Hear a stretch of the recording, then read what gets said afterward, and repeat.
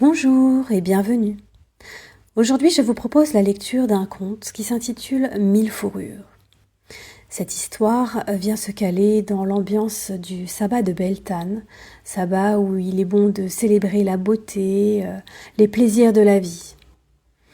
L'histoire de 1000 fourrures nous rappelle que, même si parfois un temps de repli sur soi est nécessaire pour guérir, il est bon de ne pas le faire durer trop longtemps. Et que parfois la reconnexion à la nature et à ses sens, au plaisir aussi, est un moyen indéniable de se sentir vivant. Installez-vous confortablement, ouvrez grand vos oreilles. C'est parti.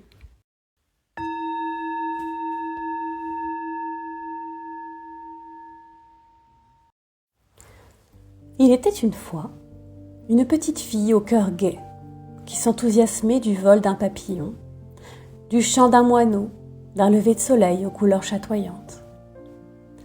Puis petit à petit, des voiles obscurcirent son regard.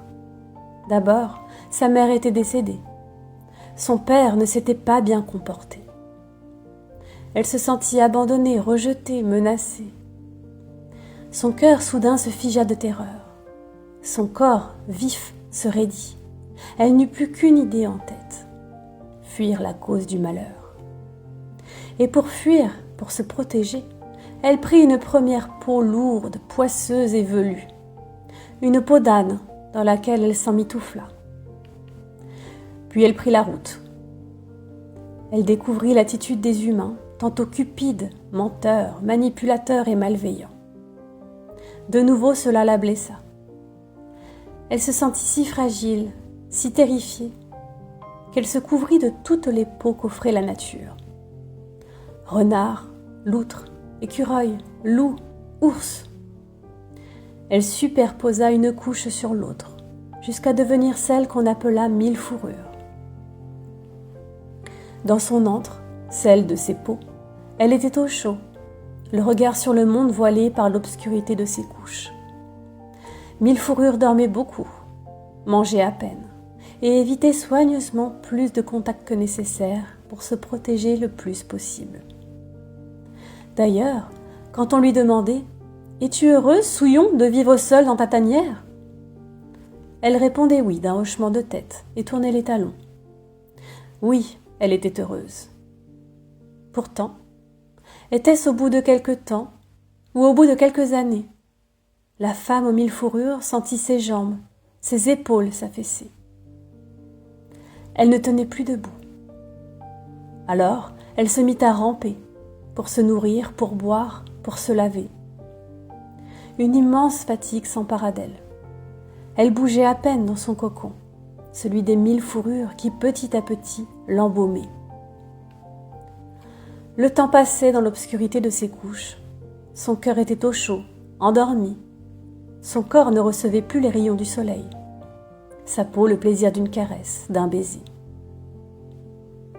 Jusqu'à une nuit où elle fit un rêve, celui de courir dans un pré joyeux de coquelicots rougeoyants.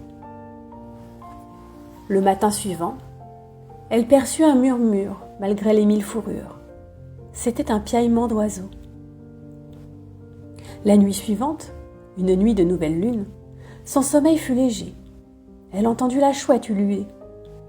Son cœur se mit à battre plus fort à l'écoute de ses chants. Le lendemain matin, collée à la terre, en rampant comme depuis si longtemps, 1000 fourrures sentit soudain un poids inédit. Comme ses peaux étaient lourdes, comme leur odeur était âcre, étouffante. Poussée par un élan irrésistible, elle étira son cou, sortit sa tête pour humer l'air du dehors. Un choc frais entra dans ses narines. Comme c'était bon! Tremblante de peur, elle tendit une main, qui aussitôt frémit au contact du vent. Comme c'était doux! Poussée par un élan irrésistible, elle eut envie de se mettre debout, de se redresser. Mais impossible! Elle poussait pourtant de toutes ses forces. Une autre force, encore plus prégnante, la retenait au sol. Alors des larmes coulèrent de ses yeux. Elle comprit ce qu'elle avait à faire. Elle enleva, déposa, une à une, chacune des 1000 peaux.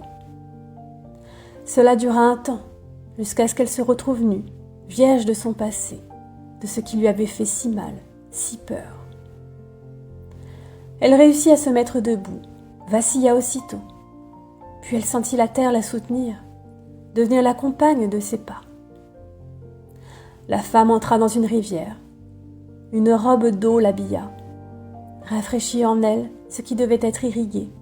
Chacune de ses cellules de son corps fut revitalisée d'eau vivifiante. La femme s'allongea ensuite sous les rayons du soleil. Une robe de lumière raviva son être. Elle laissa la lumière pénétrer son corps, le revigorer de soleil, lui donner un sourire intérieur. La nuit, elle dansa sous les étoiles. Une robe de lune donna à son intuition ce qui la protégerait et la renforcerait. Puis la nouvelle-née se promena dans le champ de son rêve, dans la prairie joyeuse de coquelicots rougeoyants. Elle reçut une robe de feuilles et de fleurs qui la relierait au pouvoir de la nature, du renouveau, des saisons, des cycles de la vie. Celle qui jadis se faisait nommer Mille Fourrures n'avait plus de crainte. Son cœur portait les cicatrices et ses blessures passées, mais celle-ci n'avait plus besoin de peau pour la calfeutrer. Elle sentit en elle l'appel et se mit en route. Elle n'était plus Mille Fourrures, mais une femme de chair, de puissance, de désir, de lumière, de foi dans les cycles de la nature. Vulnérable parfois, mais nourrie d'un irrépressible élan de vie.